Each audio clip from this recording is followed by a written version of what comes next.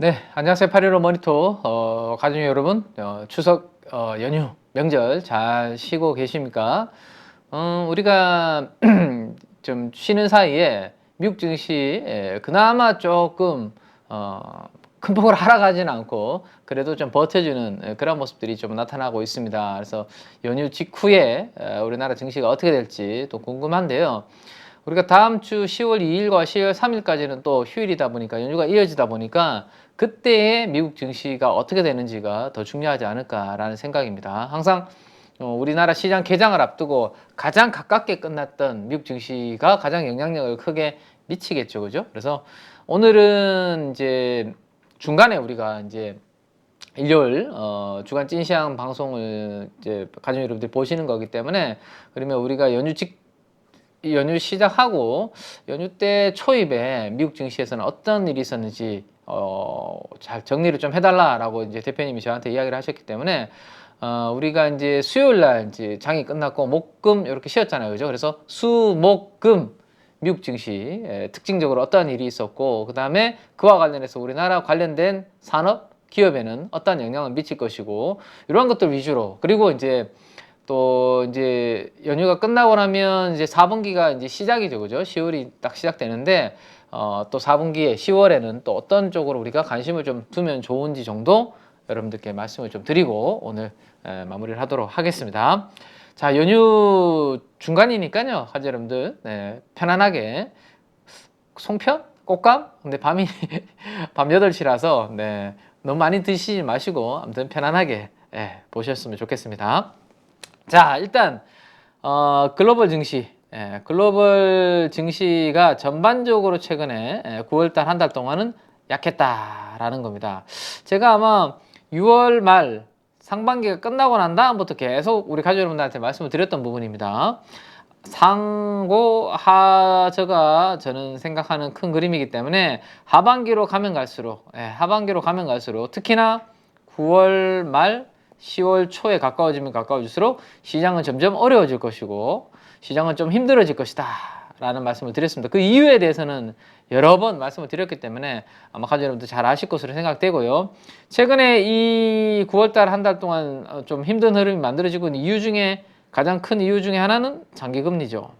미국의 장기금리가 계속 올라가는 부분들, 장기금리가 올라가면서 달러 인덱스가 106을 넘어서면서 강세를 보이는 부분들, 이런 부분들 때문에 글로벌 증시 전반이 약세를 이어가고 있고, 특히나 우리나라는 코스닥을 중심으로 코스닥이 9월달 한 달 동안 마이너스 10% 이상 하락하는 그런 모습들이 나타나다 보니까 약세가 지속이 되고 있습니다. 자, 이런 부분들을 배경으로 또 코스닥에는 큰 영향을 주는 게 2차전지 관련주들이죠. 시가총액이 큰 종목들이 2차전지 소재 기업들의 이익 추정치가 하향 조정되는 이야기들이 또 들려왔습니다. 그죠? 그래서 그 다음에 이제 원래는 기관과 외국인 수급이 아니라 개인 수급장으로 테마주들이 아주 강하게 움직였죠. 개인 수급장으로. 근데 거기 예탁금이 이렇게 감소하는 모습이 최근에 나타나고 있죠. 거기 예탁금이 나타나는 부분, 유동성이 약한 부분도 시장 약세에 영향을 주고 있다라고 보시면 될 것 같아요. 자, 그러면 이제 9월이 어려운 9월이 지나고 10월은 어떻게 될 것인가? 이 부분이 이제 궁금하실 텐데요. 자, 이 부분 살짝 가족 여러분한테 말씀을 오늘 이제 살짝 드리려고 하는데 요거 들으기 전에 그러면 수요일 밤, 목요일 밤, 금요일 밤 우리가 쉬는 사이에 과연 미국 시장에서는 어떤 일들이 벌어졌는지에 대해서 지금부터 하나씩 말씀을 좀 드리도록 하겠습니다. 자, 먼저 첫 번째 아주 기분이 좋았던 날이죠. 저도 이제 9월 27일이 저한테는 이제 아주 바쁜 날이었습니다. 아침에 8.15 방송하고 코엑스에 가서 제가 동아일보에서 주최하는 동아 재테크쇼 또 강연을 또 한 1시간 정도 했는데요. 그리고 너무 마음이 편했습니다. 왜? 다음 날부터 이제 회사 안 가니까. 다들 그러신 거 아니에요, 그죠? 회사 안 가고 뭐 쉬니까 얼마나 마음이 편했겠습니까? 자, 우리가 편하게 쉬는 사이에 그러면 어떤 일들이 벌어졌는지 지금부터 한번 말씀을 드려보도록 하겠습니다. 자, 이 이제 분이 아주 눈동자가 크게 인상이 강하신 분이 지금 보고 계신데요. 카시카리, 닐 카시카리라는 연준의 또 위원이십니다. 이분이 무슨 이야기를 했냐면 연방 정부 지금 미국이 이제 셧다운 리스크 계속 우리가 쉬는 사이에 지금 이야기가 나오고 있죠, 그죠? 셧다운 될 것 같다. 셧다운 되면 뭐 경제가 더 꺾이고 뭐 안 좋고 이야기들이 나오고 있는데 연방 정부의 셧다운 리스크가 발생할 경우에 연준이 금리 인상 안 할 수도 있다라는 이야기를 했네요. 그죠? 네. 셧다운 되면 금리 인상 안 할 수도 있다라는 이야기를 했습니다. 어떻게 보면 이게 셧다운이 발생을 함으로 해서 금리 인상 안 한다. 좋은 건가? 나쁜 건가? 조금 뭐 아리송하기도 한데요. 암튼 자, 가족 여러분들한테 기본적으로 알고 계셔야 되는 부분이 자, 일단 미국에서 지금 벌어지고 있는 큰 이벤트 중에 하나가 미국 자동차 노조 파업입니다. 자동차 노조. 제가 뒤에도 가지고 왔는데요. 요거는 네. 자동차 노조 파업이라는 게 있고 그 다음에 연방정부의 방금 말씀드렸던 셧다운 이런 것들이 미국 경제를 둘러싼 뭐죠? 네 가지 글자 불확실성입니다. 예. 불확실성에 대해서 이런 부분들이 불확실성이 커지면 당연히 연준이 금리 인상하면 야 이거는 안 된다 라는 이야기인가를 하는 거죠. 그죠? 조심해야 된다. 예, 이런 부분들입니다. 근데 뭐 이거는 벌어질지 안 벌어질지 모르는 부분인데 과거에 셧다운이 미국에서는 얼마나 많이 있었겠습니까? 그죠? 항상 민주당과 공화당이 여당이었다가 야당이었다가 여당이었다가 야당이었다가 이렇게 엎치락뒤치락 했는데 그때마다 저 셧다운을 가지고 예산안을 가지고 항상 태클을 걸어왔습니다. 근데 항상 지나고 나면 뭐죠?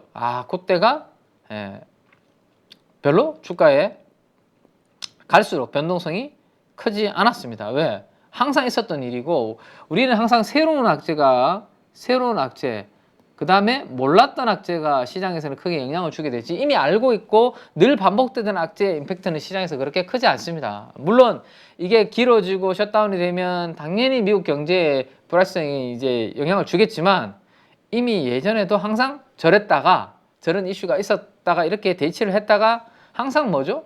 해결은 했거든요. 그래서 지수의 변동성도 결국은 갈수록 매년 줄어들고 있습니다. 그래서 단기적으로는 이게 놓여질 수 있지만 그렇게 우리가 뭐 이걸로 인해서 시장이 뭔가 위기가 온다, 시스템적 리스크가 온다 그렇게까지는 굳이 생각할 필요는 없다라는 거 하나 말씀을 드리고요. 자, 우리 가족 여러분들 뭐 연휴에 대형 마트 가서 장을 많이 보셨나요? 이번에 이제 추석 특집 나 혼자 산다, 나 혼산인가요? 나 혼자 산다를 보니까 우리 박나래 씨가 개그우먼 박나래 씨가 혼자 30인분인가? 20인분인가? 네, 엄청나게 뭐 전을 많이 붙여가지고 본인이 평소에 이제 많이 고마웠던 분들한테 이렇게 배달을 하는 부분들을 제가 봤는데 부러웠습니다. 네. 이번에는 저도 이제 고향을 못 가는 바람에 전을 이제 못 먹어봤는데 아직까지는. 네. 자, 우리가 이제 전이라든지 이런 것들을 만들려면 장을 봐야 되고 온라인으로도 구매를 하고 오프라인 매장으로 가서 마트 같은 곳들 직접 가서 이제 구매를 하게 되는데 최근에 미국에서 가장 핫한 유통업체는 코스트코입니다. 코스트코의 스탁이 라이즈 오르고 있다. 주가가 상승하고 있다라는 이야기고 거기다가 투자자들은 멤버십 가격에 대해서는 멤버십 피죠. 멤버십 가격에 대해서는 별로 신경 쓸 필요 없다. 뭐 그런 내용들이 나오고 있습니다. 그만큼 잘하고 있다라는 겁니다. 그러니까 월가의 유통을 담당하고 있는 분석을 담당하고 있는 애널리스트 분들은 이거에 대해서 뭐 코스트코에 대해서는 계속 긍정적인 이야기들을 좀 하고 있는 것 같습니다. 그리고 멤버십 가격 인상에 대해서 이제 기대를 하고 있습니다. 이렇게 멤버십 가격 인상을 하게 되면 훨씬 더 코스트코의 이익이 많이 늘어날 것이고 그러면 주가의 실적에 영향을 주지 않겠나? 실적이 좋아지면 주가도 좋아지겠지. 이런 건데 아직까지는 이와 관련해서 발표를 하지 않고 있다라는 겁니다. 자, 최근에 코스트코를 둘러싼 재미있는 이제 이슈 이벤트가 하나가 있었는데요. 네. 무슨 이제 이야기가 있었냐면 코스트코에는 핫도그 세트 가격이 1.5달러를 한다라는 건데요. 이거는 이미 아주 옛날부터 오랫동안 37년 동안 우리 새우깡 가격이 얼마 올랐는지 아세요, 가족 여러분들? 그 다음에 우리가 주로 중국 음식 많이 사 먹는 자장면 가격이 얼마나 올랐는지 아십니까? 그렇게 오르면서 물가가 오르니까, 원가가 오르니까 새우깡 가격도 인상되고 라면 가격 올라가죠, 짜장면 가격 올라가죠, 다 올라갔잖아요. 근데 코스트코에서 파는 핫도그는 1985년도에 출시된 이후에 지금까지 37년 동안 1.5달러 가격을 그대로 유지를 하면서 양질의 제품을 저렴한 가격에 제공한다는 코스트코의 상징을 하는 제품으로 널리 알려져 있다는 겁니다. 근데 이거를 최근에 이제 그 CEO가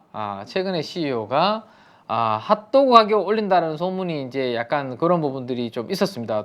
보니까 옛날에 그 창업자, 코스트코의 공동 창업자 중에 한 분이 만약에 핫도그 가격 올릴 경우에 죽여버리겠다, 뭐 이런 이야기도 뭐 농담이겠지만 그만큼 낮은 가격을 최대한 유지하겠다라는 것을 해야 된다라는 것을 이번에 아주 세상에 천명을 한 그런 뭐 재밌는 일화가 있었습니다. 그래서 코스트코는 여기 있죠, 창업자가 CEO한테 핫도그 값 올리면 죽일 것이다 뭐 이런 이야기를 했습니다. 자, 그래서 싼 가격에 저렴한 양질의 제품, 저렴한 가격의 양질의 제품들을 잘 코스트코에 제공하면서 소비자들의 여전히 뭐 관심을 많이 받고 있고요. 또 하나 이제 코스트코가 지금 괜찮은 이유 중에 하나를 이런 부분들을 하시는 분들이 있습니다. 뭐냐면 최근에 미국의 유통업체들이 가장 힘들었던 것 중에 하나가 매장 내에서 도난이 너무 많이 벌어지고 있다는 거예요. 훔쳐가는 분들이 많다라는 거죠. 그래서 최근에 소매업체 타겟 같은 경우 타겟은 도난과 안전 문제를 이유로 4개 도시에 위치한 9개 지점을 폐쇄하겠다라는 발표를 하고 있습니다. 그만큼 운영하기가 쉽지 않다는 거죠. 좀 도둑 때문에. 근데 코스트코는 근데 여기에서 자유로운 이유가 뭘까? 코스트코는 가면 엄청나게 이렇게 뭐 부피가 크잖아요. 대량으로 이렇게 판매하잖아요. 그죠? 뭐 하나 낱개로 판매하기보다는 뭐 묶어서, 그죠? 그러다 보니까 들고 나가기를, 훔치기가 부피도 그렇고 물량도 그렇고 무게도 그렇고 쉽지 않다. 그래서 코스트코는 여기에서도 좀 자유로운 유통업체다, 뭐 이런 우스갯소리도 있습니다. 그래서 코스트코는 그러한 이런저런 이유로 최근에 유통업체 중에서는 가장 긍정적인 흐름이 만들어지고 있다라는 건데, 자, 여기서 이제 우리나라 국내 것까지 같이 연결을 해서 좀 말씀을 잠깐 드려보면, 연초 이후에 미국의 대표적인 유통업체 두 개 위에 있죠. 가장 위에가 코스트코고 밑에가 월마트입니다. 그리고 밑에 못난이 회사 중에 하나가 이게 누구냐면 이마트입니다. 와, 최근 연초 이후에 이마트의 주가는 26%가 하락을 했고 코스트코는 26%가 상승을 했네요. 완전히 반대네요. 그죠? 반대. 왜 이런 그런 그림들이 만들어질까?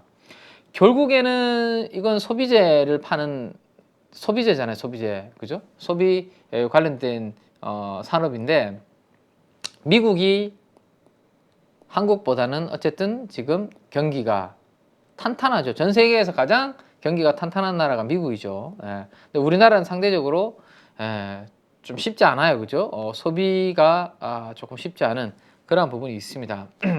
금리 많이 올라가고 가계 실질 소득은 줄어들고 역대 최대 폭으로 지금 실질 소득이 감소를 하고 있다. 그러면 고금리로 인해서 이자 비용이 늘어나면서 내가 뭔가를 사 먹고 싶어도 소비의 여력이 자꾸 줄어드는 거죠. 그러면 우리나라 소비 기업들한테는, 유통회사들한테는 그런 것들이 영향을 줄 수밖에 없고, 연초 이후에 코스피 대비해서 소매 유통기업의 상대 수익률을 비교해 보니까 8월달 거의 7월 말까지는 주가가 이렇게 빠지는 그러한 그림이었습니다. 그나마 8월부터 이렇게 돌아선 이유는 이런 회사들 때문에, 현대백화점, 신세계 등등. 왜? 이런 회사들이 뭘 가지고 있기 때문에 면세점 사업부를 가지고 있어서 단체 관광이 풀린다는데, 그러면 이제 면세점은 좀 바닥 찍고 좋아지겠네? 라는 기대감으로 그나마 여기서 이렇게 올라오고 있는 거지, 그렇지 않았으면 쉽지 않았을 겁니다.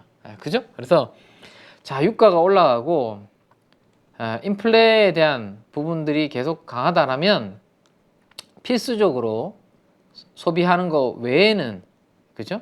소비가 좀 힘들 수 있다, 당분간. 그래서 소비재는 아직까지는 조금 우리가 투자의 후순위로 보는 게 맞다. 내년도에 7월 정도 되면 금리가 인하될 것으로 연준에서 이제 금리 확률이 나오고 있는데 이때쯤 되면 금리가 떨어진다? 그러면 소비재를 이제 봐야 되지 않나?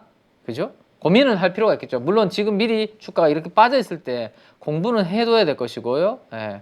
만약에 조금 분위기가 좋아지는 펀더멘탈이 매크로가 좋아지는 환경이 소비자한테 좋아지는 분위기가 되면 예, 저도 우리 8.15 가족분들한테 말씀을 드릴 거고 지금은 이러한 고유가 환경 금리 올라가고 달러 강하고 우리나라 환율이 지금 높은 상황이기 때문에 지금은 내수주보다 결국에는 수출주 쪽의 플레이가 훨씬 더 유리한 환경인 겁니다. 그래서 저도 뒤에 수출주 하나 또 가져온 게 있습니다. 그렇게 한번 보시고 자, 그래서 코스트코의 주가는 우리나라 이마트 관련된 이런 유통업체들 주가하고는 다르네요. 자, 특히 여기서는 기술적인 부분 한 가지 말씀드릴까요? 기술적인 부분. 오늘은 뭐 추석이고 하니까 그냥 뭐 복합적으로 제가 다양한 뭐 기본적 분석, 기술적 분석 다 한번 말씀드려 볼게요.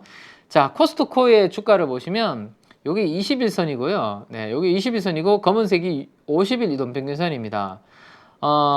미국은 50일과 여기 뭐죠? 200일 이동평균선을 주요 이동평균선으로 많이 보고 있거든요. 우리나라는 5일선, 10일선, 21선, 60일선, 120일선 뭐 이렇게 보죠. 자, 그래서 21선과 60일선을 동시에 뚫어주거나 21선과 60일선을 동시에 깨고 내려올 때는 조금 중요한 변곡점이 될 수 있다는 것을 가져님들 기술적으로 좀 알아두시면 좋습니다. 무슨 이야기냐? 20일 이동평균선이라는 것은 20일 동안에 거래한 사람들의 평균 가격이라는 거고 60일 이동평균선이라는 것은 60일 동안 거래한 가격의 평균 가격이라는 거죠. 근데 이 가격을 동시에 강한 에너지를 수반해서 대량 거래와 함께 의미 있는 수급으로 돌파를 했다. 그러면 상당히 의미 있는 추세의 변곡점이 될 수 있다라는 겁니다. 자, 1번 여기죠. 코스트코의 케이스. 이거는 60일선은 아니고 50일선이긴 한데 어쨌든 21선과 61선을 그동안에 없던 이러한 장대 양봉과 뚱뚱한 거래량을 수반한 캔들이 있나요? 없잖아요. 그 앞에는 지금 연초에 없다가 이러한 여기는 200일선도 동시에 뚫었네요.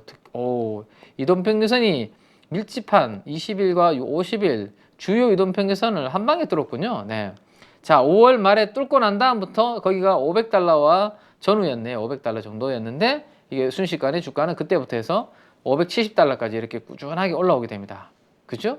이런 것들은 상당히 의미 있는 거다라고 보시면 되고 그 다음 고점에서 지금 보시면 또 20일과 50일 이동평균선을 최근에 이렇게 또 뚫어주고 있는 그런 모습이네요. 그러면 최근에 이 양봉의 시가 정도가 코스트코한테는 매우 의미 있는 앞으로 지지 라인을 만들어줄지 계속 우리가 모니터링하면서 체크해보면 되지 않을까 싶습니다. 그래서 탄탄한 그러한 흐름을 1번에서 보여줬고 또 2번 주가가 많이 오른 상태에서도 20일과 50일선은 동시에 떨어지는 그러한 그림, 대량 거래를 수반한 장대 양봉 이런 것들을 깨는지 그리고 앞으로 또 이렇게 기술적 흐름이 만들어지고 올라가는지 이런 것들은 이제 기술적인 흐름으로 또 공부 삼아 아마 계속 체크를 해보시면 되지 않을까 싶네요.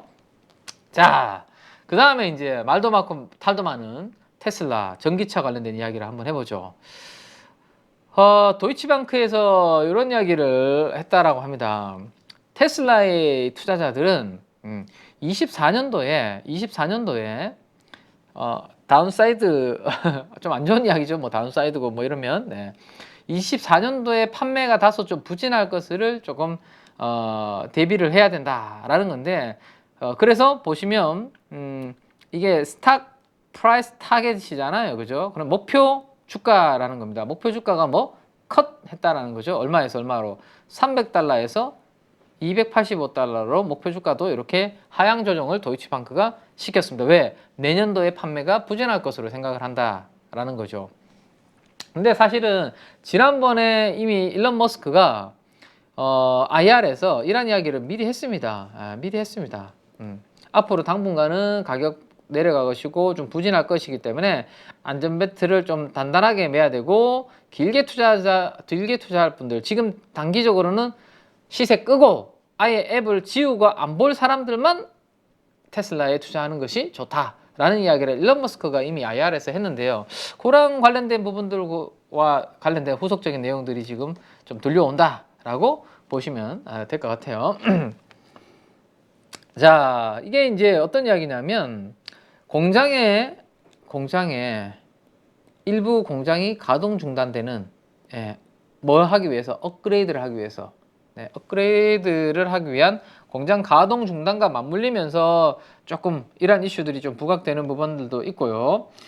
그 다음에 이제 베를린, 텍사스, 그 다음에 베를린 같은 이러한 부분들, 전기차에 대한 수요가 생각보다 약간 슬로우해지면서 생산 증가를 빨리 뭐 해야 될 필요가 있는가라는 부분에 대해서 좀 생기다 보니까 전체적으로 뭐 안 좋은 이슈들이 지금 많이 좀 나오고 있다라고, 안 좋은 이슈들이 좀 계속 들려오고 있다라고 보시면 될 것 같아요. 자, 지난번에 기술적으로 이렇게 하방 갭이 열렸다라는 말씀드렸고, 요거 메우지 않았기 때문에 단기간에 올라오더라도 여기에서 저항을 맞을 것이다 라는 말씀 드렸고, 저항 맞았다가 다시 지금 떨어지는 그런 모습, 240달러 부근에서 지금 약간 이렇게 버티고 있는 그런 모습인데요. 자, 2분기 실적 발표 이후에 투자자들이 기대했던 것과 그 다음에 실망감, 괴리는 어떤 부분들이 있냐면, 좀 공장에, 좀 방금 말씀드렸던 것처럼 공장 업그레이드 때문에 생산량이 감소할 수 있다라는 이런 부분들. 근데 투자자들은 당연히 일시적이고 그 판매는 잘 되지 않겠냐, 그래도 테슬라인데 가격도 낮췄고 하니까 그런 기대를 했는데 살짝 이런 부분들이 좀 이슈가 되는 것 같고요. 그 다음에 차량 가격을 인하하는 이런 부분들입니다. 자, 2분기까지 이제 차량 가격 계속 인하를 했으니까 이 정도면 이제 마진이 바닥 아니겠어 라고 생각을 했는데, 여전히 당분간 내년도에도 가격 인하를 하지 않을까 라는 우려가 지금 커지고 있습니다. 저는 그렇게 생각하고 있습니다. 내년도에도 가격 인하하고, 가격 인하해서 뭐 차량 많이 이제 돌아다니게 만들어 가지고 뭐 FSD 관련해서 자율주행 데이터를 빨리 100억 킬로미터를 확보하려고 하는 그런 부분들을 진행하지 않겠냐. 그리고 다른 후발주자들을 계속 이제 힘들게 하는 치킨 게임을 진행하지 않겠냐라는 겁니다. 그런 내용들이 있고, 그 다음에 이제 사이버 트럭이 그나마 이제 강력한 모멘텀 중에 하나죠. 미국은 픽업 트럭이 매우 중요한데, 포드가 픽업 트럭의 많은 부분들을 이제 판매를 하고 있는데, 대항마로서 테슬라의 사이버 트럭이 얼마나 이제 임팩트가 있을까, 이런 부분들인데, 이번에는 이제 출시하는 일정 말해주겠지, 이번 분기에 배송되겠지 라는 기대감이 있었는데 아직까지 구체적인 언급이 없다 보니까 이런 이야기는 있었습니다. 일론 머스크가 뭐라고 했냐면 off the hook, 이건 예상치 못한 아주 극단적으로 높은 수요가 지금 있다, 뭐 이런 이야기는 했습니다. 자, 이런 것들이 주가의 약세를 약간 만들고 있다라고 보시면 될 것 같아요. 자, 근데 길게 보면 전기차 기업으로 보지 않고 전기차 팔아가지고는 뭐 15에서 20% 마진 내는데 FSD 팔아가지고는 엄청나게 더 높은 고마진을 낼 수 있잖아요. 결국엔 그러면 자율주행으로 가기 위한, 이게 어쩔 수 없이 가야 되는 방향이라면, 데이터가 확보되지 않으면 이 FSD를 결코 완성할 수 없다 라는 부분을 감안하면 가격 인하하고 차량 많이 지금 돌아다니게 만들고, 그래서 정보 획득하고 데이터 획득하고 이런 부분들은 결국에는 가야 되는 방향이다 라고 생각이 됩니다. 자, FSD, 테슬라 FSD 주행된 마일리지는 2023년 2분기를 기점으로 지금 많이 올라오고 있다라는 겁니다. 그래서 기하급수적으로 증가, 데이터를 많이 확보를 하기 시작했다라는 거죠. 지난번에 제가 말씀드렸던 부분입니다.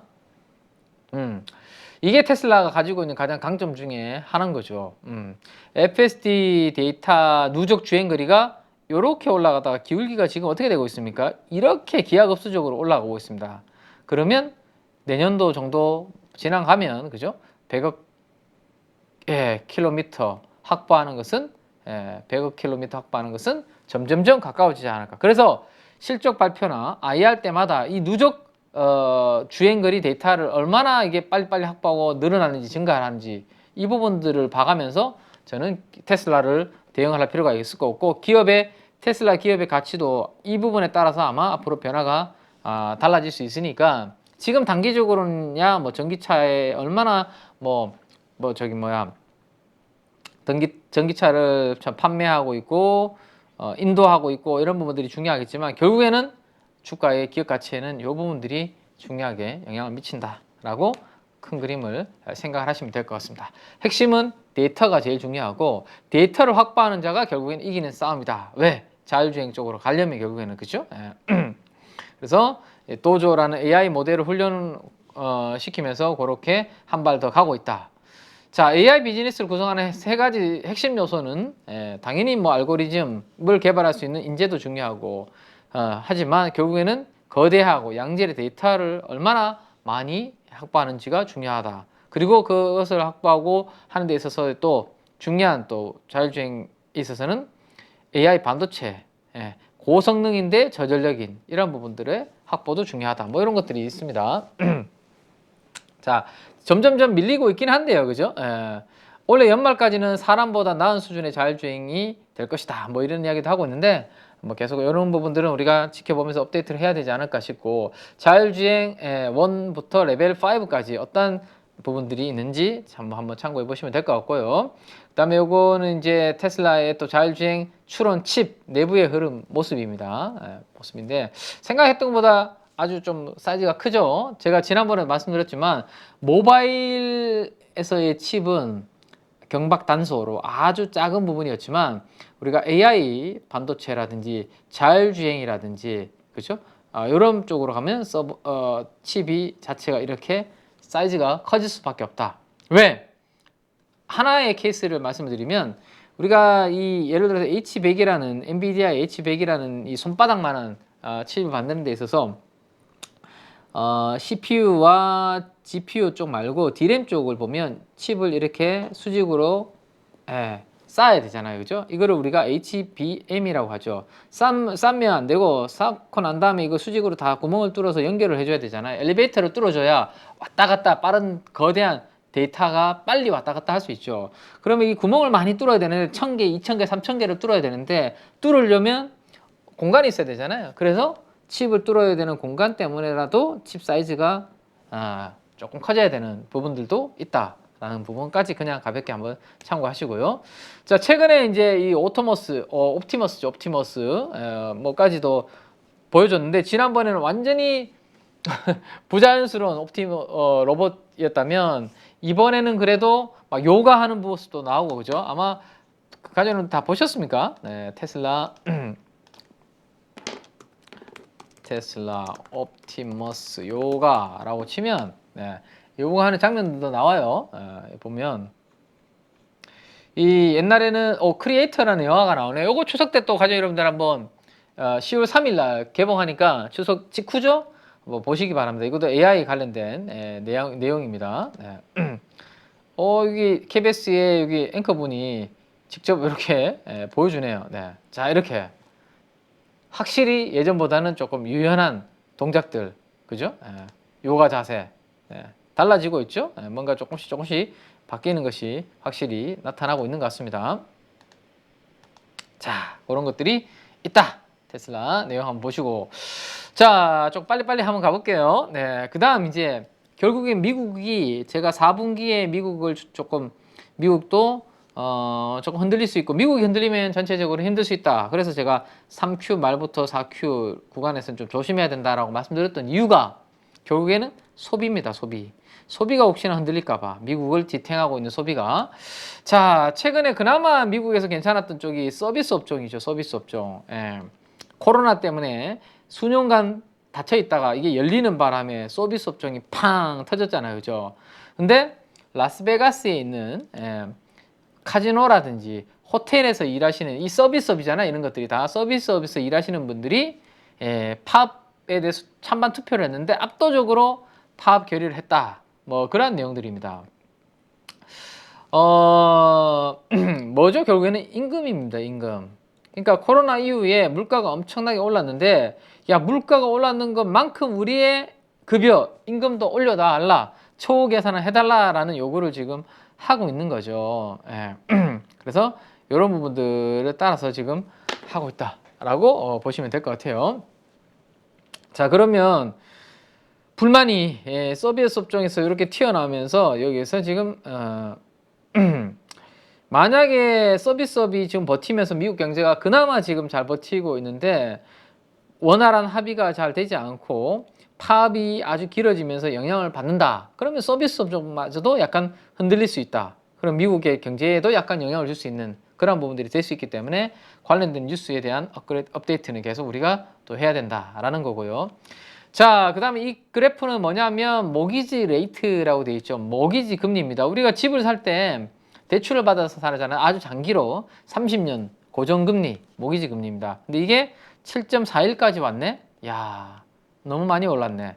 23년 내 최고치. 당연히 그러면 높은 금리를 감당하기 어렵다라면 대출 수요가 줄어들 수밖에 없는 수요를 자꾸 찍어 누르는 그러한 요인으로 이런 부분들이 작동을 하고 있는 겁니다. 자, 그런 내용들 한번 보시면 될 것 같고, 그래서 건설 쪽도 이런 부분들이 떨어져서 뭔가 수요가 활발하게 좀 나타나지 않으면 계속 건설 쪽은 조금 쉽지 않은 부분들이 되겠죠. 주택 경기 뭐 이런 부분들. 그래서 7.31이었는데 직전주에는 7.41로 30년 그 고정금리가 큰 폭으로 좀 뛰어 올라가는 그런 모습들이 나타났습니다. 그러니까 주택을 구입하기 위한 모기지 신청도 한 주 동안 감소를 했다라는 겁니다. 근데 당분간 장기 금리가 계속 높은 수준으로 유지가 될 거 아니에요. 그죠? 예상을 하고 있잖아요. 그죠? 그래서 잠재적 주택 매수자들, 주택 소유자들 모두 높은 금리에 부담이 느끼면서 신청자 수가 감소하는 부분들이 당분간은 좀 이어지지 않겠냐라는 겁니다. 자, 금리가 좀 떨어져 줘야, 우리나라도 마찬가지죠. 그죠? 금리가 좀 떨어져 줘야 건설 경기가 조금 올라올 수 있겠죠. 주택 공급을 했는데 결국에는 높은 분양가에서 공급을 했는데 이거를 감당할 수 있는 결국에는 수요자가 있어야 되잖아요. 수요자도 없는데 공급만 하면 뭐예요? 이걸 받아내지를 못하는데, 그죠? 그래서 이런 부분들도 국내에서도 이슈가 될 것 같아요. 자, 그 다음에 오래간만에 메타 이야기를 한번 해볼까요? AI 챗봇 경쟁이 가속화되는데 메타가 SNS에서 묻고 답하는 메타 AI를 공개한다. 그러니까 메타도 챗봇과 이미지 편집을 소셜 미디어 앱에 도입을 한다. 뭐 그런 내용들입니다. 그리고 MS 빙을 통해서 정보를 제공하고요. 그죠? 그래서 챗GPT, 바드, MS 빙, 알렉사 이런 부분들과 메타의 AI도 치열한 경쟁을 할 것이다. 이런 부분들이 나오고 있습니다. 메타가 한동안 엄청나게 이렇게 사양을 좀 죽을 뻔했다가 최근에는 꾸역꾸역 그래도 본인의 길을 잘 이렇게 가고 있고요. 특히나 혼합현실 헤드셋이죠. 퀘스트 3도 지금 이번에 공개를 하면서 애플의 비전 프로와 비전 프로보다 먼저 출시가 될 것 같은데요. 한판 경쟁을 또 예고를 하고 있습니다. 자, 그래서 메타도 인공지능 경쟁에서 여전히 우리도 밀리지 않는다라는 것을 좀 보여주고 있다. 그리고 인공지능에 대해서는 여전히 빅테크 관련된 기업들이 열심히 뭘 하고 있다? 투자를 열심히 하고 있다라는 것을 우리가 여기서 한 가지 좀 느낄 수 있는 게 아닌가 싶네요. 그죠? 네. 자, 그런 부분들 한번 보시면 될 것 같고요. 자, 그 다음에 요거 한번 보시면 신제품 한번 그래도 알고는 지나가야 되겠죠? 가장 큰 차이점은 일단은 가격입니다. 그 메타 여기 제가 이 기사를 링크를 걸어놨네요. 우리가 애플의 비전 프로의 가격은 매우 비싼 걸로 가족 여러분들 다들 아시죠? 여기 보면 애플의 비전 프로가 3,500달러에 달하는 고가인데 반해 퀘스트 3는 500달러부터 시작한다. 그리고 기존 제품보다 40% 얇아졌고 무게도 가벼워졌다. 등등 10월 10일부터 판매가 이루어진다고 하네요. 그죠? 네. 그 다음 엑스박스, MSI 엑스박스의 게임 구독 서비스인 게임 패스가 퀘스트 3에 들어온다. 뭐 이런 등등 로블록스도 그렇고 자, 이렇게 됐을 때 앞으로 레이벤 스마트 선글라스 2세대도 공개한다. 뭐 등등 메타는 이런 부분들이 이슈가 되고 있습니다. 자, 메타의 저 부분과 관련된 기업은 누가 있습니까? FP12를 납품하고 있는 뉴프렉스라는 회사가 있죠. 뉴프렉스. 자, 뉴프렉스도 주가가 지금 많이 빠져 있습니다. 이렇게 보시면 얼마까지 올랐다가 한 8,000원, 9,000원 정도까지 그죠? 연초에 한 8,000원 정도 부근에 있다가 지금 4,600원까지 떨어져 있는 상황입니다. 메타의 저 퀘스트 3 출시 관련된 모멘텀이 뉴프렉스의 주가를 조금 모멘텀으로 작용할 수 있을지 그런 부분들은 또 4분기에 한번 우리가 봐야 되는 그러한 부분이 될 것 같은데요. 자, 2분기에 적자가 나왔고요. 3분기에는 지금 32억 흑자로 지금 기대를 일단은 시장에서는 하고 있네요. 네, 한번 모멘텀이 부각이 될지 그 부분은 한번 앞으로 지켜보도록 하고요. 자, 그 다음 목요일 밤. 목요일 밤에는 과연 어떠한 미국에서는 이야기들이 있었는지 빨리빨리 한번 좀 가보도록 하겠습니다. 시카고 연은 총재 굴스비라고 하는 시카고 연은 총재께서 연준이 경기 침체 없이 인플레 억제 기회가 있다. 뭐 이런 이야기를 했네요. 그러니까, 그러니까 너무 무리해서 금리 인상은 하면 안 된다라는 조금 약간 뭐죠? 이건 비둘기적인 이야기를 좀 해줬다라고 보시면 될 것 같아요.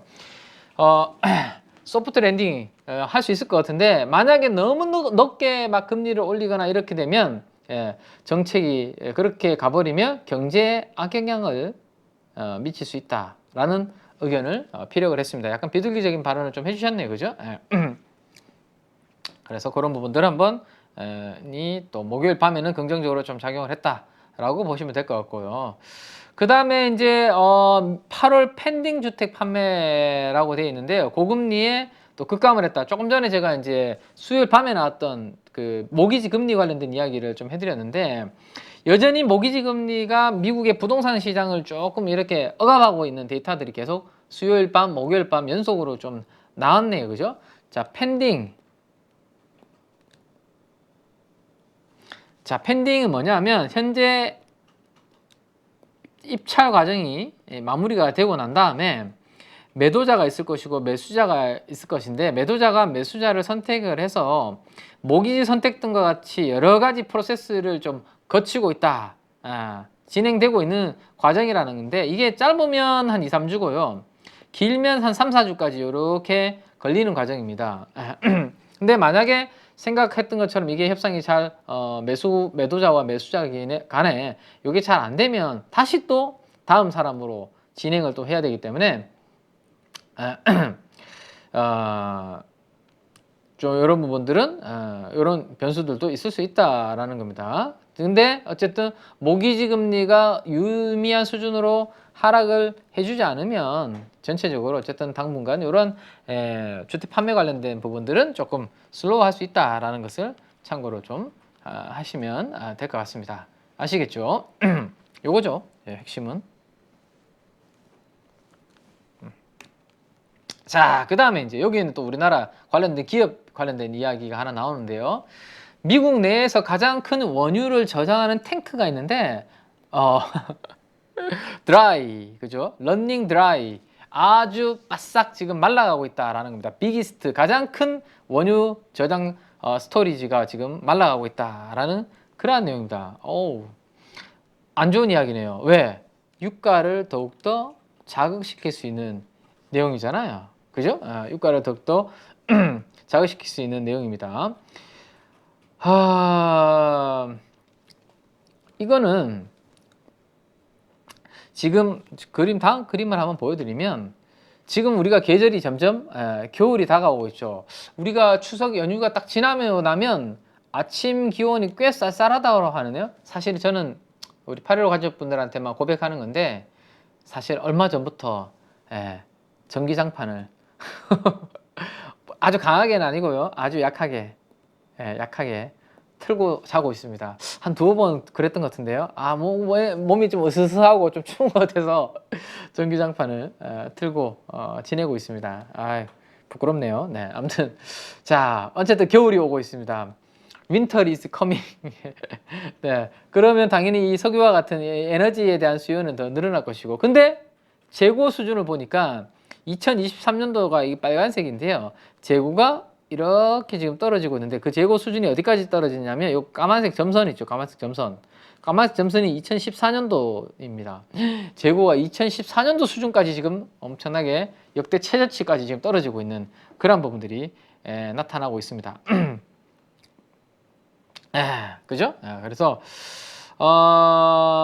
이 지금 분위기가 어쨌든 원유 가격을 계속해서 원유의 가격을 전반적으로 상승 압박을 가하는 내용들이 계속해서 만들어지고 있네요. 예. 이렇게 되면 결국에는 어떻게 될까요? 뭔가 승인이 박박 나와야 되지 않을까 싶어요. 예. 뭔가 바다나 어디에서나 그죠? 야 빨리 그 구멍 뚫어 가지고 개발하고 기름 뽑아내.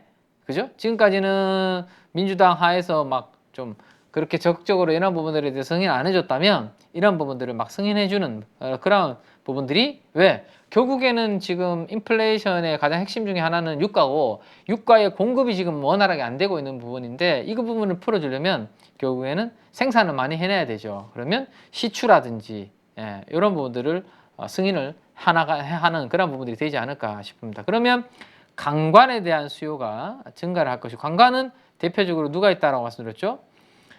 세아 제강, 세아 제강 지주, 그 다음에 휴스틸 이런 기업들이 강간 업체들이 돼요. 대표적으로. 그 다음에 리그 관련된 미국에 또 관련된 기업들이 있고 시추 관련된 기업들도 있습니다. 자, 지금 당장 단기적으로는 아니더라도 조금 중기적으로 계속 이들에 대해서 모니터링하면서 공부는 서서히 해나가셔야 됩니다. 휴스틸, 세아제강 지주, 세아제강. 자, 그런 부분들을 염두를 좀 해두시면 될 것 같고, 여기에 제가 요거를 순서를 이렇게 잘못 가져왔군요.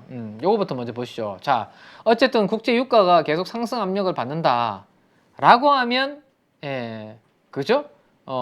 우리가 시장에서 플레이를 할 수 있는 대안 중에 하나는 바로 유가 상승의 궤를 같이 조금 그리고 있는 종목이 누굽니까? 삼성 엔지니어링이죠. 삼성 엔지니어링과 국제 유가와의 관계를 2015년도부터 지금까지 관계를 그려보면 유가가 올라가면 삼성 엔지니어링 주가도 좋고 유가 떨어지면 삼성 엔지니어링 주가 별로, 유가 올라가면 삼성 엔지니어링 좋은, 지금 유가가 올라가는 그림 90달러 부분까지. 그러면 삼성 엔지니어링이 상관관계가 높다라는 건데, 왜? 유가가 높은 수준이면 오일 머니들이 그죠? 돈이 조금 많아지면서 뭔가 투자를 할 것이고 뭔가 짓기 시작할 겁니다. 플랜트라든지 석유화학 플랜트라든지 그죠? 그런 부분들이 있다라는 거죠. 그리고 최근에 삼성 엔지니어링의 마진도 서서히 이렇게 좋아지는 구간으로 들어가는 부분들이 있네요. 자, 최근에 투자자별 매매 동향을 업데이트를 해보니까 기관 투자가들은 아직까지 큰 움직임은 없습니다. 그죠? 5월달 이후로 이렇게 팔다가 더 이상 팔지 않고 멈춰 있는 정도? 외국인들이 이제 7월달, 8월달 이렇게 샀다가 최근에 약간 주춤하고 있는데요. 외국인들의 일단 수급 동향을 잘 한번 봐야 될 것 같고, 개인 투자들은 6월달 이후에 외국인의 물량들을 외국인들과 달리 이렇게 팔았다가 더 이상 팔지 않고 멈춰 있는 그런 부분이네요. 자, 그 정도 한번 보시고, 자, 그 다음에 이제 AI 관련된 내용이 또 나와 있습니다. AI의 디바이스 개발을 위해서 뭉쳤다라는 겁니다. 누가? 오픈 AI와 그 다음에 일본의 소프트뱅크가 뭉쳤다. 뭐 그런 내용이 있는데, 자, 이걸 보시면 생성형 우리 AI 챗 GPT 개발하는 회사가 오픈 AI잖아요, 그죠? 오픈 AI가 전 애플의 디자이너 조니 아이브라고 있습니다. 아주 유명한 분이죠. 조니 아이브와 일본의 소프트뱅크의 손정희 회장과 함께 AI용 아이폰 개발에 나섰다라는 겁니다. AI 디바이스. 뭔가 AI용 아이폰 개발에 나섰다. 새로운 뭔가 움직임이 좀 나타나는 부분들이 좀 있죠. 그래서 이들은 그래도 혁신적인 뭔가 기술로 한 번씩 세상을 들었다 놨다 했던 인물들입니다. 소프트뱅크의 손정희 회장도 그렇고, 그죠? 자금을 그쪽에다가 많이 투자를 잘 하죠. 최근에는 물론 몇 년간 좀 힘들긴 했었는데, 어쨌든 이들로 인해서 뭔가 새로운 또 획기적인 변화가 좀 나타날지에 대해서 한번 좀 봐야 되지 않을까 싶네요. 지금 당장은 아니겠지만, 지금 당장은 아니겠지만 여기서 어떤 뭐 혁신적인 내용들이 앞으로 나올지 이런 부분들은 한번 계속 좀 봐야 되지 않을까 싶습니다. 그러니까 뭐 음성으로 통해서 그죠? 그러니까 애플이 지금까지 자 이거죠. 우리가 여기 PC가 있으면 자판, 여기 자판 아닙니까? 자판. 그 다음에 옆에 항상 뭐가 있죠? 요 마우스. 요게 우리가 손으로 쓰던 시대에서 이쪽을 바꾼 거고, 그 다음에 2009년도 이후에 애플이 터치, 그죠? 터치라는 거 UI UX를 바꾸면서 10년 동안, 15년 동안의 이 기술을 또 바꿔왔습니다. 그죠? 근데 지금 앞으로 다가올 건 뭐냐? 제가 봤을 때는 애플의 비전 프로 이야기를 잠깐만 해드리면 애플의 비전 프로가 15년 동안 이 애플 아이폰 이후에 터치가 우리의 UI UX를 지배를 해왔던 부분에 있어서 획기적인 변화가 앞으로 올 것 같고요. 그건 내년도부터 아마 시작이 될 것 같은데요. 그 중요한 것 중에 하나가 눈, 그 다음에 손짓, 그 다음 음성, 요 세 가지 카테고리가 핵심 포인트가 될 것 같습니다. 그 관련주를 누가 찾느냐, 그 관련주에 누가 찾아서 올라타느냐가 내년도의 수익률을 아마 크게 결정하는 그러한 포인트가 되지 않을까 싶은데요. 아무튼 그래서 음성이 그 중에 핵심인데 음성과 관련된 그 데이터를 가지고 있는 회사들의 가치는 앞으로 큰 폭으로 아마 올라갈 가능성이 높아요. 우리나라에도 코스닥에 그런 기업들이 몇몇 있죠, 그죠?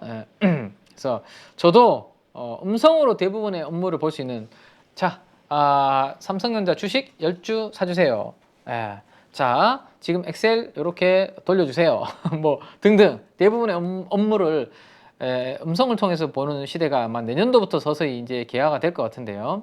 애플 비전 프로와 함께 이러한 눈동자와 관련된 아이 트래킹, 그 다음에 손짓, 모션, 3D 센싱, 음성 관련된 부분들이 내년도에 어떤 바람을 불러일으킬지 잘 보셔야 될 것 같습니다. 자, 그 다음에 마이크론 이야기까지 한번 드리면 제가 이제 마이크론의 실적 발표가 이제 있다라고 미리 장시작전 방송에서 우리 연휴 직전에 이미 말씀을 드렸고, 그리고 관련된 실적이 나왔는데 주가는 풍 했다가 풍 올라왔습니다. 그래도 그죠? 풍 빠졌다가 풍 올라왔는데 풍 빠진 이유는 반도체가 지금 분위기가 핫한데 그래서 최근에 실적은 좋았는데 진짜 흑자 전환 턴어라운드 TA가 되려면 수익을 제대로 내려면 시간이 조금 생각보다 길게 좀 더 걸릴 수 있다라는 이야기를 하면서 주가가 푹 내려갔다가 그나마 금요일 밤에는 이렇게 회복되는 그런 모습들이 나타났습니다. 그죠? 자, 그래서 2024년에는 메모리 칩의 공급이 수요를 결국엔 따라가지 못할 것이다 라는 내용들이 나오면서 그래도 이제 서서히 이 메모리 사이클은 서서히 어두운 터널을 지나서 좋아지고 있다 라는 부분들이 나타나고 있다 정도 한번 참고를 해 보시면 될 것 같습니다. 자, 이제 금요일 밤으로 왔네요. 네, 금요일 밤으로 왔습니다. 3일 동안에 있었던 이슈들 정리해 드리는 게 쉽지 않네요. 네. 자, 금요일 밤에는 무슨 일이 있었냐? 코어 PC 물가가 슬로우 다운이 됐다라는 겁니다. 나쁘지 않죠? 네, 요건 나쁘지 않은 내용입니다. 그게 나오면서 주가가 장 초반에는 괜찮았습니다. US 스탁이 라이즈 했다라는 거죠. 뭐가 PC 데이터가 나오고 난 다음에. 근데 장 후반에는 그냥 보합권에서 끝이 나버렸습니다. 상승폭을 지키지 못하고. 자, 미국의 그 가격 상승 압력이 둔화가 되면서 인플레이션 전망이 좋아지고 있다 라는 내용들이 지난 금요일 밤에는 좀 나왔습니다.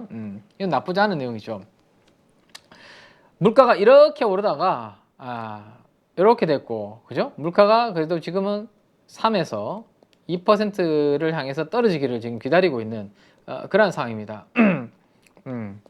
그런 부분들이 있죠. 자, 이제 근데 제가 이제 걱정하는 부분은 물가 상승 압력 둔화가 미국인들이 지출과 소비가 줄어들면서 저축도 지금 꾸준히 감소하고 있는데요. 자, 이런 부분들에 대해서 얼마나 이제 상쇄가 될지, 그죠? 앞으로 좀 지켜봐야 되는 부분이 되지 않을까 싶어요. 그러니까 또 하나는 유가라는 부분이 90달러 정도 전후에서 지금 멈춰져 있는데 유가가 만약에 위로 튄다? 그러면 지금 인플레이션 전망이 좀 개선이 되고 있고 가격 상승 압력이 둔화가 되고 있는데 다시 유가가 언제든지 튀면서 물가를 자극할 수 있는 그런 부분들도 있다라는 것은 염두를 두고 계속 좀 체크를 해야 돼요. 그래서 소비가 지금 제가 중요하다라고 말씀드렸죠. 4분기에는 소비가 조금 하락을 하는 그런 부분, 소비자 심리 지수입니다. 그죠? 소비자 심리 지수가 조금 이렇게 주춤하고 있는 이유가 4분기에 계속 이슈가 좀 될 것 같아요. 자, 그 다음에 이제 윌리엄스 뉴욕 연방은행 연은 총재입니다. 금리가 고점이거나 고점 근처이거나 이 부분도 약간 비둘기적인 발언 아닌가요? 예. 자, 그 다음에 연준에 많은 위원들이 있는데 핵심적으로는 우리는 3명 이야기만 항상 들으면 됩니다. 누구?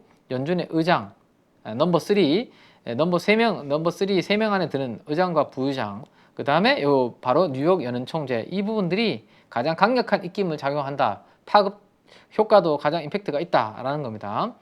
다른 지역은행들과 다르게 뉴욕 연방은행 총재는 뭐가 있죠?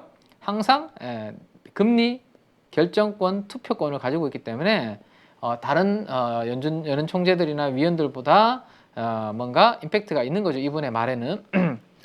자, 금리의 수준이 거의 고점에 도달했다라는 내용입니다. 당분간. 다만 금리는 고점 근처다. 하지만 당분간은 높은 수준을 유지해야 된다. 요게 이제 고금리가 더 올라가진 않더라도 장기화될 수 있다라는 그런 코멘트를 좀 해주셨네요. 그죠?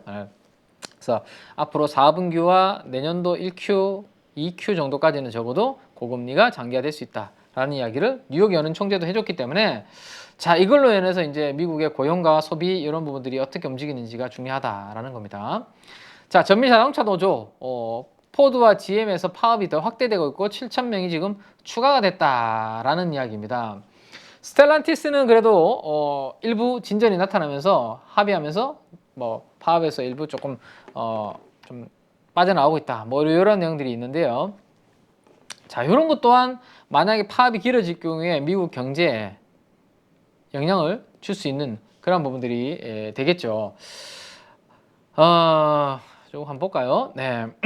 또 하나 이유 중에 하나, 자, 우려 집단에 대해서 명확한 범위와 정의가 발표가 돼야 된다. 그래야 2차 전지는 조금 강한 추세 반전 바닥을 한번 다질 수 있다라는 말씀을 제가 좀 드렸는데요.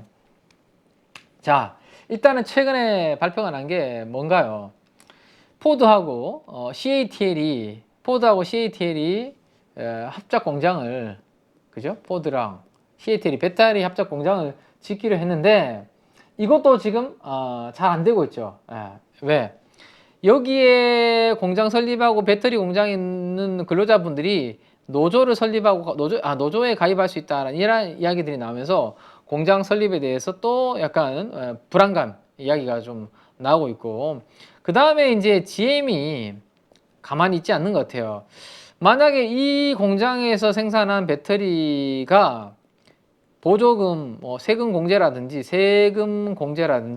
혜택을 받으면, 야, 우리는 그것 때문에 그렇게 안 해왔는데 저렇게 중국하고 뭔가 합작을 하거나 이렇게 하면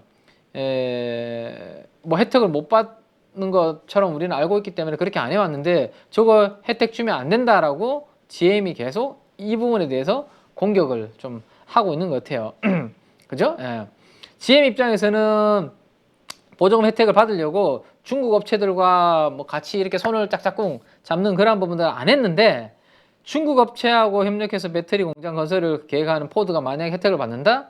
이러면 야, 우리가 그렇게 안 했을 이유가 없다. 형평성에 어긋난다. 이런 부분들이죠. 그래서 단기간에 끝날 이슈가 아닌 것 같고, 네. 자, 이렇게 돼버리면 우리 국내 그 배터리 관련된 업체 입장에서는 나쁘지 않은 부분이 됩니다. 지금 걱정하고 있는 게, 야, 아무래도 이거 CATL 같은 회사들이 포드가 지난번에 실적 발표에서 이런 것들을 한 거 봤을 때 우회적으로 조인트 벤처를 해서 중국이 미국에 합작 회사를 하는 방향 열어줄 것 같은데 분위기가 컸거든요. 그런 우려감도 우리나라 기업들한테 작용을 했고, 근데 진짜 저거 안 해주는 방향으로 간다라고 하면 국내 이제 많이 빠져있는 업체들한테는 긍정적인 포인트로 작용할 수 있는 부분들이 분명히 될 겁니다. 자, 가장 그러면 누구한테 그 긍정적인 부분들이 될까요? 그게 제가 봤을 때는 전해액과 분리막 관련된 기업들, 미국에 반드시 공장을 지어야 되는, 그죠? 이런 기업들. 그리고 이쪽은 중국하고 아주 경쟁을 또 치열하게 하고 있는 부분들인데요. 자, 한번 보시면 지난 우리가 수요일이었나요? 수요일날 2차전지 관련주들 한번 볼까요? 에코프로 BM 이렇게 그냥 약부합에서 끝났습니다. 양극재 회사. 그다음 LNF 한번 볼까요? LNF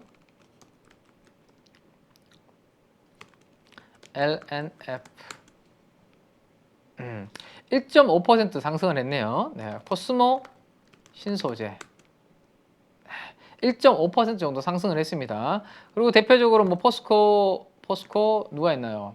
포스코 퓨처에 마이너스예요, 오히려. 네, 자, 그러면 방금 말씀드렸던 전액 회사 하나 볼까요? 엔캠 4% 상승을 했습니다. 뭔가 앞에 조금 전에 보여드렸던 회사하고의 반등 탄력이 지난 수요일 날 다르죠, 그죠? 수요일 날 기관 외국인 수급도 이렇게 4일 연속으로 들어왔고요. 저런 뉴스들이 나왔을 때 결국에는 가장 좀 수혜 중에 하나는 우리나라 전액 회사가 될 수도 있구나 라는 생각을 할 수 있습니다. 분리막은 어떻게 됐나요? 분리막 SK IE. 자, 분리막은 그냥 약보합 WCP도 약보합. 아직까지는 별 움직임이 없었네요, 그죠? 네. 자, 그래서 만약에 중국을 막는 방향으로 결정이 된다. 진짜 중국은 조인트 벤처도 뭐고 우회적으로도 못 들어오는 방향으로 막는다. 그러면 분리막과 전액 쪽은 저는 긍정적으로 생각되고, 만약에 근데 열어져 버린다, 열린다. 중국의 미국 시장 진출이 우회적으로 열린다. 이러면 오히려 이들한테는 아주 큰 악재가 될 것이고, 반대로 상대적으로 양극재 관련된 에코프로 BM이나 이런 기업들이 오히려 그나마 저렇게 됐을 때 피해를 덜 받는 기업으로는 이쪽이 부각이 될 가능성이 있습니다. 그래서 이게 어떻게 될지 앞으로 좀 더 지켜봐야 될 부분이 있다라는 것까지 하나를 또 말씀을 드리고요. 그 다음에 여기까지 말씀을 드린 김에 하나 더 업데이트를 좀 해드리면, 자, 전액을 만드는 데 있어서 중요하게 들어가는 소재 중에 하나가 제가 리튬염이라고 말씀드렸습니다. 그렇죠? 리튬염. 자, 리튬염 관련된 회사가 우리가 이제 중앙 DNM이라는 회사가 있고요. 회사 이름 바뀌었죠. 첨단 소재로. 자, 이 리튬염은 캡티브 마켓을 고객사를 확보하고 있느냐 안 확보하고 있느냐가 중요한데, 이 회사는 엔캠이라는 회사를 확보를 하고 있고, 엔캠은 또 뭐가 중요하냐면 전액 사업을 하는 데 있어서 가장 중요한 게 이 밸류 체인을 가지고 있느냐, 내가 전액만 만드냐 아니면 전액을 만드는 데 있어서의 밸류 체인을 내가 같이 가지고 있느냐가 중요한데, 이 엔캠은 중앙 첨단 소재를 통해서 리튬염이라는 것을 직접 하고 있는 부분이 있죠. 하려고 지금 이제 계속 하고 있죠.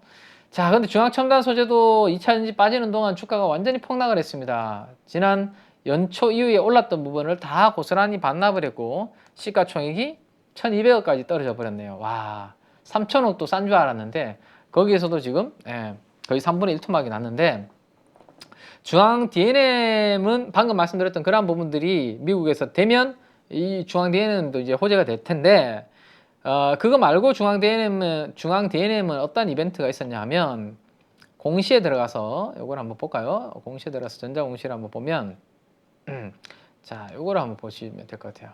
네. 자, 보고자에 관한 사항이라고 되어 있습니다. 임원 및 주요 주주의 뭐 이야기가 쭉 나와 있는데, 김진성이라고 되어 있고 임원이네요, 그죠? 예, 되어 있는데, 자, 한번 보시면 이런 내용들이 있습니다. 78,300여 주를 9월 27일 날 작성 기준으로 보고를 했네요. 샀다. 얼마? 1,376원. 와, 엄청 바닥에 사셨네요, 그죠?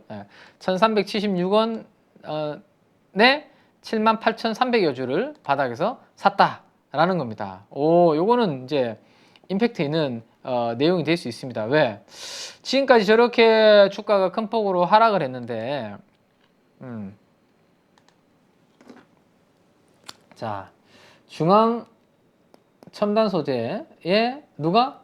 사회이사가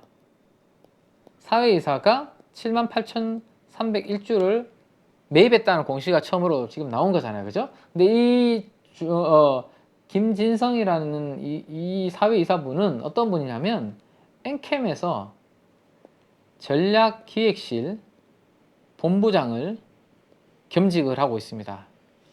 엔캠의 전략기획실은 엔캠의 큰 바람의 아파의 방향성을 굵직굵직한 것을 결정하는 분 아닙니까? 그죠? 그 핵심에 있는 분이 중앙첨단소재의 주식을 1376원에 78,000주를 샀다. 이거는 중앙첨단소재한테는 저는 약간 바닥을 다져줄 수 있는. 왜? 보통 우리 그렇잖아요. 주가가 많이 빠져 있을 때 누가 기업의 대주주나 CEO가 주식을 산다. 지분을 취득한다. 그러면 이제는 주가가 저점인가? 뭔가 좋아질 게 있을까? 이런 기대감을 많이 가지잖아요. 그죠? 중앙첨단소재도 엔캠의 전략기획실 본부장이 매집을 하는 것을 봤을 때 그런 부분들이 있을지 않을까? 뭐 정도 한번 참고를 해보시면 될 것 같습니다. 자, 그 다음에 재밌게 이제 노조 파업 관련해서 제가 뭐 이렇게 하이퍼클로버에 물어봤는데요. 언제쯤 끝날까? 예측하기 어렵다라는 겁니다. 장기화 가능성도 있다. 그래서 이런 부분들이 장기화될 경우에는 미국 자동차 산업에 큰 피해 예상되고 경제에도 영향을 미칠 수 있다. 이렇게 하이퍼클로버가 답을 해준다라는 거 참고해 보시면 되고, 그러면 이게 현대와 기아에는 어떤 영향을 미칠까라고 질문을 한번 해보니까 현대 기아에도 이런 영향을 미칠 수 있다라고 이야기를 하고 있습니다. 영향은 복합적이다라는 건데, 자동차 업종 만약에 우리하고 경쟁 관계에 있는 저런 업체들이 파업이 길어진다 했을 때 과연 현대차와 기아의 수혜가 될지 그런 부분들에 대한 고민이 필요해서 수급적으로 한번 체크를 해보니까 최근에 자동차 업종에 대해서 기관들의 누적 순매수 포지션이 지금 보합 이상으로 올라오고 있네요. 그죠? 마이너스에서 이렇게 돌아서고 있는 그런 모습이고, 외국인들은 아직까지 그렇게 적극적으로 들어오고 있지는 않은 그런 모습입니다. 자, 그 중에서도 기아를 한번 보니까요. 기아는 외국인들이 이렇게 집중적으로 매집을 하는 그런 모습들이 나타나고 있고, 뭐 상업펀드와 투신 중심으로 약간 입질 정도 들어오는 거, 기아 전체적으로 기관들은 별로 관심이 없는, 개인들이 약간 팔아버리고 그런 모습입니다. 자, 미국 점유율 40% 자동차 브랜드들의 파업이 지금 만들어졌다라고 말씀드렸죠. 제가 방금, 그죠? 그러면 그 파업을 하는 동안 남의 불행은 우리의 기회 또는 행복, MS가 혹시나 여기에서 잘하면, 현대 기아가 잘하면 상승할 수 있지 않을까. 그죠? 이런 기대감 있을 수 있습니다. 거기에다가 밸류에이션도 뭐 그렇게 부담스러운 구간 아니죠. 지금 금리가 높고 인플레가 높은 구간에서는 항상 고밸류 주식들은 쉽지 않습니다. 거기에다가 우리 달러 강세잖아요. 그러면 환율이 높은 구간이죠. 그렇기 때문에 제가 아까 서두에 말씀드렸지만 내수주보다는 수출주에 대한 관심이 필요하다라는 말씀드렸고, 거기에다가 고배당도 있으니까 뭐 기아는 주가가 조금 우리가 공부를 해볼 만한 부분이 있지 않을까라는 거 한번 생각을 해보시면 될 것 같아요. 그죠? 그래서 자동차는 이렇게 한번 또 미국 산업과 관련해서 한번 이야기를 좀 드렸고요. 마지막으로 이제 코스트코에서 골드바가 엄청나게 잘 팔린다라는 뉴스가 좀 나오고 있습니다. 이게 과연 뭔가요? 뭔가의 미래에 미국 경제가 무너질 것을 불확실성을 대비해서 사는 건지 모르겠지만 어쨌든 금에 대한 선호가 아주 강하고 있고, 우리나라는 골드바를 뭐 이렇게 좀 가볍게 좀 쉽게 구입을 할 수 있는데 미국에서는 골드바 거래가 그렇게 흔하지는 않다라고 합니다. 근데 코스트코를 통해서 저렇게 품절이 만들어지고 있다라는 거 한번 체크를 해보시면 될 것 같고, 자, 임금이 엄청나게 많이 올라가고 있습니다. 유나이티드 에어라인의 파일럿들의 임금이 올라가고 있네요. 임금이 올라가게 되면 이런 부분들은 그 인플레이션의 자극 요인으로 작용을 할 수가 있겠죠. 그렇죠? 그래서 지금 뭐 항공사들 대부분이 뭐 이렇게 뭐 그 임금을 최근에 올려주는 그런 부분들로 나타나고 있는데요. 자, 이런 부분들에서 과연 물가가 완만하게 지금 떨어지는 부분에 있어서 드라마틱하게 빨리 떨어질 수 있을까? 연준은 2자라는 숫자를 보고 싶어 하는데, 그죠? 2%. 이런 부분들은 좀 물가를 좀 막아주는 그런 요인들이 된다라고 보시면 될 것 같습니다. 자, 이렇게까지 해서 제가 이제 미국 시장에 있었던 이야기들을 쭉 정리를 좀 해드렸는데요. 앞에 이제 종목들 이야기까지 이제 몇 가지 해드렸는데, 그 종목들과 함께 마지막으로 제가 종목 이야기만 좀 한두 개만 좀 하고 마무리를 좀 할게요. 네, 추석이고 하니까 그래도 공부를 좀 해볼 만한, 예전에 제가 수급 특징주들을 말씀드리면서 이미 말씀드렸던 부분들이긴 한데요. 자, 이게 뭐냐면 HK 이노엔입니다. HK 이노엔은 우리가 지금 이제 지난 수요일 날 바이오 종목들이 한올 바이오파마도 상한가하고 엄청 뭐 주가 움직임이 강하게 나오고 그랬는데요. 그죠? 예. 그래도 바이오주들은 나 변동성이 커서 나 부담스러워서 싫어 하시는 분들은 그래도 숫자가 좀 있는, 그죠? 숫자가 좀 있는 바이오주들을, 뭐 제약 바이오 종목들을 또 선호할 것이고, 그래서 이 종목은 실적이 수반되는 그래도 대안이 되는 종목이다라고 보시면 될 것 같아요. 자, 저는 이제 먹고 바로 눕는 것 때문에 한 번씩 저는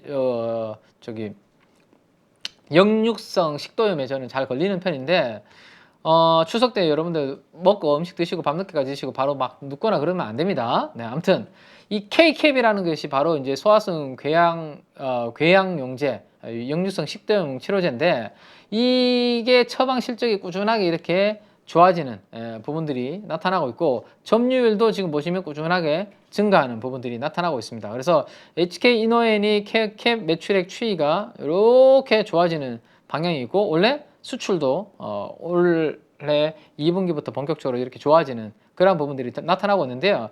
사실 이 회사의 수익성이 조금 안 좋았는 이유가, 종근당과 이 회사가 이 부분을 같이 진행을 해왔는데, 종근당 쪽으로 수수료를 워낙 많이 주다 보니까 이게 안 좋았는데요. 올해 연말 정도에 계약이 종료가 됩니다. 그러면 재계약을 하게 되면 그때는 아마 좀 더 계약이 잘 되지 않을까, 수익성이 좀 좋은 방향으로 재계약이 되지 않을까 싶고, 만약에 종근당이 아니라 다른 파트너사를 구하게 될 때도 지난번 계약보다는 더 좋은 조건을 하지 않을까라는 기대감을 많이 시장에서는 가지고 있습니다. 그래서 실적이 좋아지지 않을까라는 부분이 있고, 또 하나는 핵심 포인트 중에 하나는 해외 진출입니다. 결국에는 중국이라든지 미국이라든지 이러한 이제 시장이 큰 쪽으로 진출하는 모멘텀이죠. 그래서 여기에 이제 잘 되면 내년도에 K캡을 통해서 HK 이노엔을 좀 더 성장시킬 수 있는 그런 부분들이 될 거예요. 미국에서도 지금 임상 진행을 하고 있는데요. 잘 되면 아마 기업 가치를 좀 끌어올릴 수 있는 부분이 된다라는 겁니다. 그래서 최근에 사모펀드, 연기금, 투신, 기관 투자가들의 매집이 꾸준하게 들어온 이유가 바로 그런 부분들입니다. 자, 기술적으로 보면 여기 윗꼬리 달린 장대 양봉이 있죠. 저런 거 나왔을 때 제가 항상 뭐라고 말씀드렸죠? 저 윗꼬리를 빨리 회복을 하는지 안 하는지가 중요하다라는 말씀드렸는데, 이틀 동안 회복을 하고 있고요. 그 다음에 저점을 한번 보시면 최근에 여기 양봉이 시가를 저점을 잡고 있습니다. 요거 이탈하면 안 되고요. 단기적으로 요거 이탈 안 되면 이 윗꼬리를 커버를 하면 다시 올라가는 그런 기술적인 흐름이 만들어질 수 있기 때문에 HK 이노엔은 K캡을 중심으로 가족 여러분들께서 공부를 하시면 되지 않을까 싶고, 또 하나 이제 4분기에 우리가 이제 또 하나만 말씀을 드리면, 오늘 너무 제가 말씀 많이 드리는 것 같은데요. 목이 아파옵니다. 마무리를 좀 슬 해야 될 것 같은데, 자, 4Q에 우리가 가져볼 만한 투자 아이디어는, 보통 우리가 찬바람이 불고 쌀쌀해지면 뭐죠? 항상 배당주에 대한 투자를 관심을 많이 가집니다. 이건 대부분 많은 분들이 알고 있는 그런 부분들입니다. 그죠? 근데 배당은 조금 재미없잖아, 그죠? 그래서 4Q에 오히려 저는 경영권 분쟁과 관련된 이슈가 아마 저는 많이 나올 것 같아요. 경영권 분쟁과 관련된 공시라든지요, 뉴스라든지 이런 부분들이 많이 나올 것이고, 이런 것들이 아마 4분기에 많이 나올 수밖에 없다. 왜? 계절적으로 그래요. 왜? 이제 곧 뭐가 있습니까? 주주총회가 다가오잖아요. 주주총회가 다가오면 주주총회에서 뭘 해야 됩니까? 표 대결을 해야 됩니다. 누구와 누구 간에. 1대 주주와 2대 주주 간에 표 대결을 해야 되는데, 만약에 1대 주주의 표가 15%다. 근데 2대 주주가 14.8% 정도의 지분을 가지고 있다. 막상막하잖아요. 그죠? 그러면 요 주주총회 전까지, 주주 명부 폐쇄되는 기간까지 최대한 내가 표를 많이 확보를 해야 어떻게 됩니까? 주총에서 표 대결해서 이겨서 내가 뭔가 장악을 할 수 있는 그런 발판을 마련할 수 있겠죠. 그죠? 그래서 만약에 지분 차이가 1대 주주, 2대 주주 차이가 별로 안 나는데, 뭐 1대 주주, 2대 주주 사이에 되게 사이가 별로다, 싸운다, 뭐 이런 뉴스가 나온다. 그러면 혹시라도 경영권 분쟁과 관련된 이슈가 만들어질 가능성에 대해서 염두를 좀 해둬야 됩니다. 자, 우리가 가까운 신뢰로는 누가 있었습니까? 041510, SM, 자, 이거 보이십니까, SM? 경영권 분쟁이 붙었고요.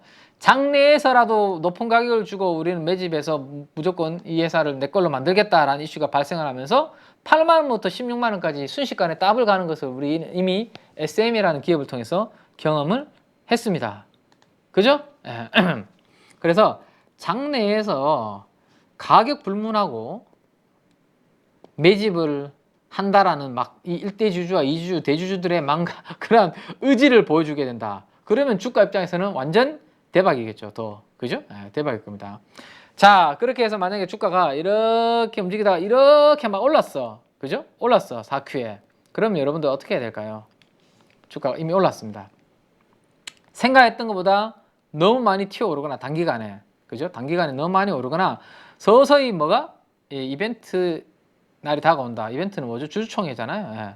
뭔가 점점 임박해 오는데 주가는 이미 많이 올라와 있다. 절대로 거기까지 가면 안 됩니다. 먼저 이제 팔아야죠. 그죠? 슬슬슬. 그 다음에 시장에서 SM처럼 막 주위에서 막 뉴스 나오고 막 엄청 언론에서 떠들어댄다. 아, 누구라도 다 알기 시작했다라는 거잖아요. 이제 알기 시작하면 그때는 늦은 거죠. 이미. 그죠? 이미 그리고 오히려 슬슬 팔기 시작해야 됩니다.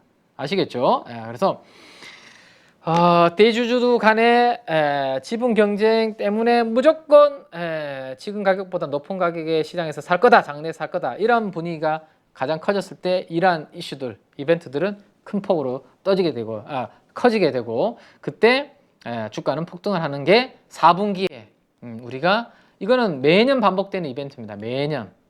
매년 반복되는 이벤트다라는 것을 참고를 해 두시면 될 것 같아요. 그죠? 그래서 주총 때까지 들고 가는 것보다 어쨌든 이러한 이벤트로 해서 주가가 많이 오른다 단기간에 그때 팔고 나오는 그런 전략이 좋겠고, 하나의 예를 말씀드리는 겁니다. 이거 제가 추천드리는 거 아니고요. 최근에 공시에 하나 예를 보여드리는 겁니다. 키스코 홀딩스라는 회사의 공시를 한번 보시면요.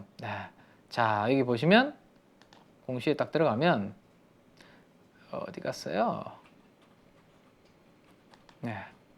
여기 있죠? 키스코 홀딩스 소송을 누가 제기를 했는데 원고 신청인을 보면 키스코 홀딩스 주주연대 소액 주주들이 뭉친 거죠. 그래서 뭘 했는 거예요? 지금 이거 뭘 한 거예요? 경영권, 그죠? 경영권 분쟁에 대해서 소송을 제기를 하게 됩니다. 자, 이런 것들이 4분기에 꽤 나올 수 있다라는 겁니다. 무슨 이야기인지 아시겠죠?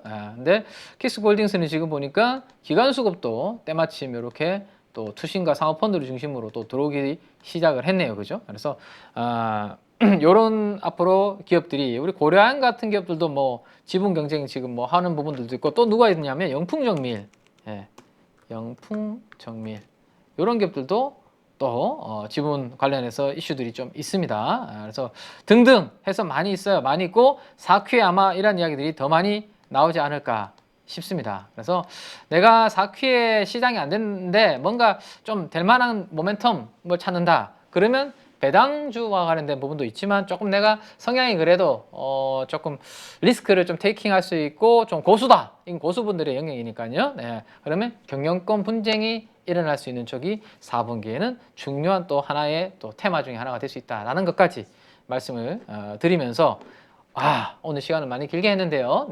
추석 연휴라서 저도 컨디션이 조금 그나마 괜찮아서 오늘 길게 했는데 10월 2일 날인가요? 10월 2일 날 또 12시에 우리 대표님하고 라이브 방송이 또 준비가 되어 있으니까 그때 또 시장에 대한 또 못다한 이야기 자세하게 좀 해드리도록 하고요.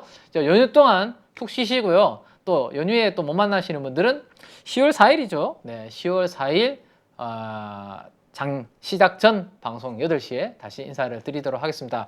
추석 명절 행복하게 잘 보내시고요. 맛있는 음식 많이 드시고요. 건강한 모습으로 10월 4일에 다시 또 뵙도록 하겠습니다. 지금까지 KB증권의 김앤 민재기 팀장이었습니다. 감사합니다.